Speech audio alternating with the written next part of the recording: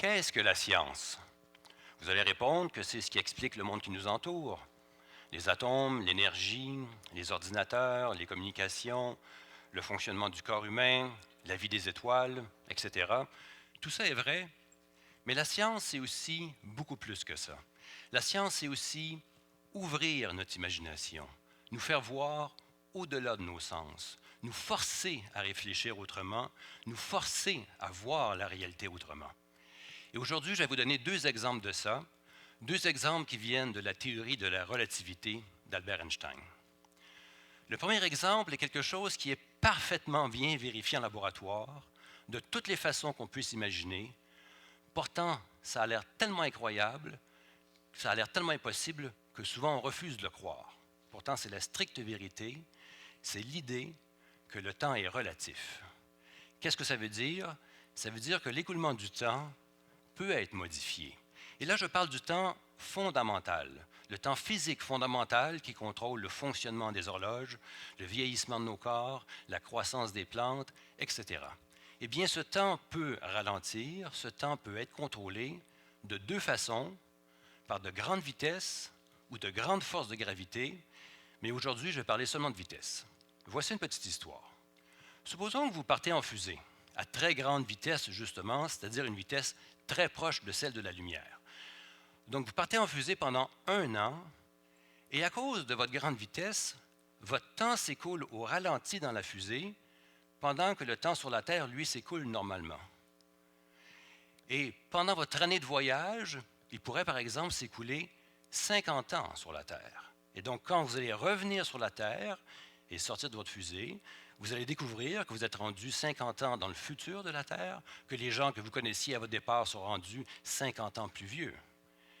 Et si vous voyagez encore plus vite, votre temps dans la fusée va être encore plus ralenti et vous allez revenir encore plus loin dans le futur de la Terre, peut-être dans 100 ans ou même dans 2000 ans. C'est exactement cette histoire qui se passait dans le fameux film culte La planète des singes, où des astronautes partaient à très grande vitesse en fusée pour revenir dans le futur lointain de la Terre et découvrir que c'était maintenant les singes qui avaient pris le contrôle de la planète. Ce n'est pas entièrement de la science-fiction. En fait, bien sûr, aujourd'hui, on n'a pas encore la technologie pour envoyer des fusées à des vitesses proches de celles de la lumière.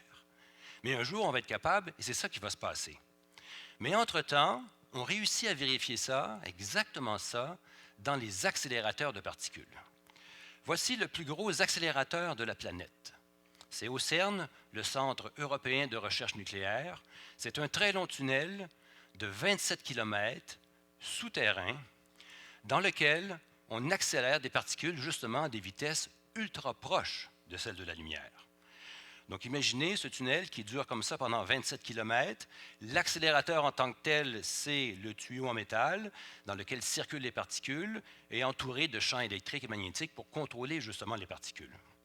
Et ce tunnel est tellement long que les techniciens se promènent en scooter électrique ou, meilleur pour la santé, en vélo.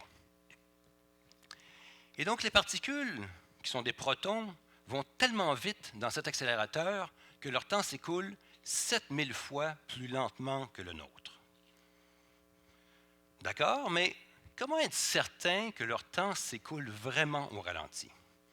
Eh bien, on a fait une autre expérience avec d'autres particules qu'on appelle des muons, qui sont des particules instables, c'est-à-dire des particules qui vivent très peu de temps.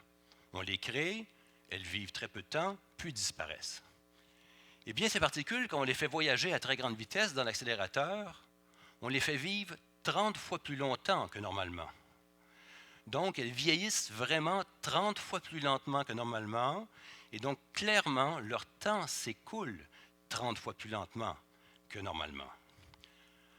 En fait, toutes les expériences faites à ce jour ont parfaitement bien vérifié que l'écoulement du temps peut bel et bien ralentir, exactement tel que prédit par les équations d'Albert Einstein. Et donc, si le temps, et remarquez que ça implique aussi qu'on peut contrôler l'écoulement du temps, parce que plus je voyage vite, plus je ralentis mon temps.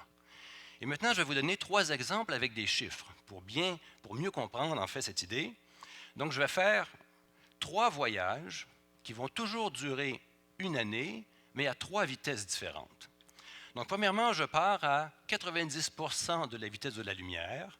Je fais un voyage qui dure 1 an pour moi et je vais revenir sur une Terre qui aura vieilli de 2 ans. Pas une si grosse différence. Maintenant, je repars faire un deuxième voyage encore plus vite, à 99,9% de la vitesse de la lumière. Cette fois, toujours durant 1 année pour moi, je vais revenir sur une Terre plus vieille de 20 ans.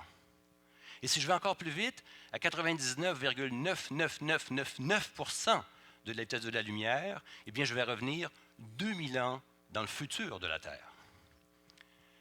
Ça peut sembler incroyable, notre cerveau a de la misère à comprendre comment c'est possible. Pourtant, c'est comme ça que fonctionne la nature. Et voilà justement un exemple de science qui nous force à réfléchir autrement, qui nous force à remettre en question notre vision de la réalité et qui nous dit en quelque sorte que la nature est beaucoup plus subtile que ce que nos sens perçoivent. Ah oui, très important, cette idée de faire, cette possibilité en fait de faire des sauts dans le futur de la Terre aussi loin qu'on le veut, n'implique pas que le futur existe déjà.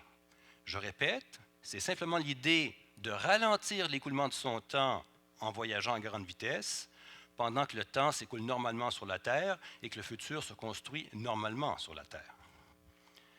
Mais maintenant, posons la question inverse.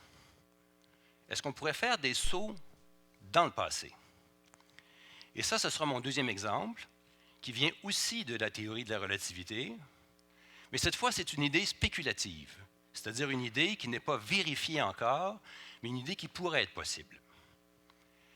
Mais pour faire des sauts dans le passé, au préalable, il faut que le passé existe encore, en quelque part. Il faut vraiment que le passé existe encore pour que je puisse y retourner. Et ça, c'est l'idée du temps comme une 4e dimension. Ou pour commencer, pour simplifier, l'idée du temps comme une dimension. Qu'est-ce que ça veut dire exactement? Ça veut dire que le temps se comporte un peu comme l'espace. Imaginez-vous en voiture sur une route, vous avancez, vous croisez une maison. Une fois que la maison est croisée et qu'on ne la voit plus, la maison n'a pas disparu. Elle est simplement rendue derrière nous, dans l'espace. Eh bien, la même chose est vraie pour le temps. Je vis, j'évolue, et donc lorsque j'évolue le long d'une ligne temporelle, et lorsque je vis un événement et qu'il est terminé, l'événement ne disparaît pas. Il se retrouve derrière moi sur ma route du temps.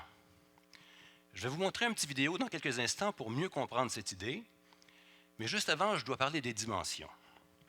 Combien de dimensions connaissez-vous normalement? 3, largeur, profondeur et hauteur. Et si le temps est une dimension, ça veut dire que c'est une 4e dimension qui se rajoute aux 3 autres pour faire 4 dimensions en tout, mais nos sens n'arrivent pas à visualiser 4 dimensions. Donc, pour simplifier la présentation, je vais réduire le nombre de dimensions en jeu. Je vais commencer avec un monde plat, à 2 dimensions, comme la surface d'une table, avec un disque et un carré. Et dans quelques instants, je vais rajouter le temps comme une 3e dimension, et là, on va pouvoir le visualiser. Mais avant tout, regardons le mouvement. Donc, le disque tourne en rond, le carré, regardez bien, tourne sur lui-même. Et maintenant, je vais rajouter le temps comme une 3e dimension vers le haut. Et remarquez bien ce qui va se passer sur le plan rectangulaire de couleur blanche. Je pars la vidéo et en se déplaçant vers le haut, il reproduit sur sa surface le mouvement du rond et du carré. Le mouvement du disque qui tourne en rond et regardez bien le mouvement du carré qui tourne sur lui-même. Voici différents moments maintenant, un peu plus tard, encore plus tard. Et voici maintenant l'idée cruciale. Quand je suis rendu ici, dans le temps, ce qui s'est passé avant ici existe encore, n'a pas disparu.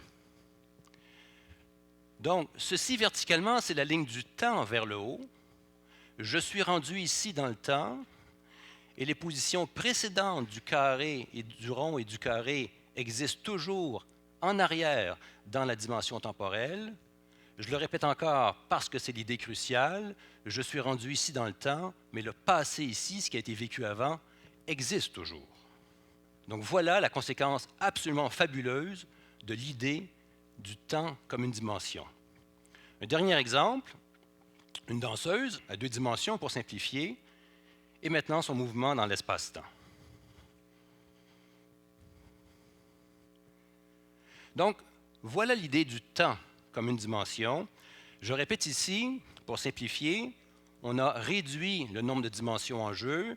Je suis parti d'un monde plat à 2 dimensions, des ronds, des carrés. J'ai rajouté le temps comme une 3e dimension. Dans la réalité, notre espace a 3 dimensions et le temps est une 4e dimension, très difficile à visualiser, même pour des physiciens. Il faut vraiment pousser notre capacité d'imagination à ses limites pour commencer à imaginer la situation. Mais l'idée est la même, le temps est une dimension. D'accord pour tout ça? Supposons que le temps est une dimension, supposons que le passé existe encore. Maintenant, est-ce qu'on peut y retourner dans ce passé? Comme par exemple dans le film Back to the Future. Voilà une question absolument fascinante, qui est une question fondamentale de recherche aujourd'hui en physique. Mais aujourd'hui, personne ne connaît encore la réponse, mais peut-être qu'un jour, ce sera vous qui allez la trouver. Merci.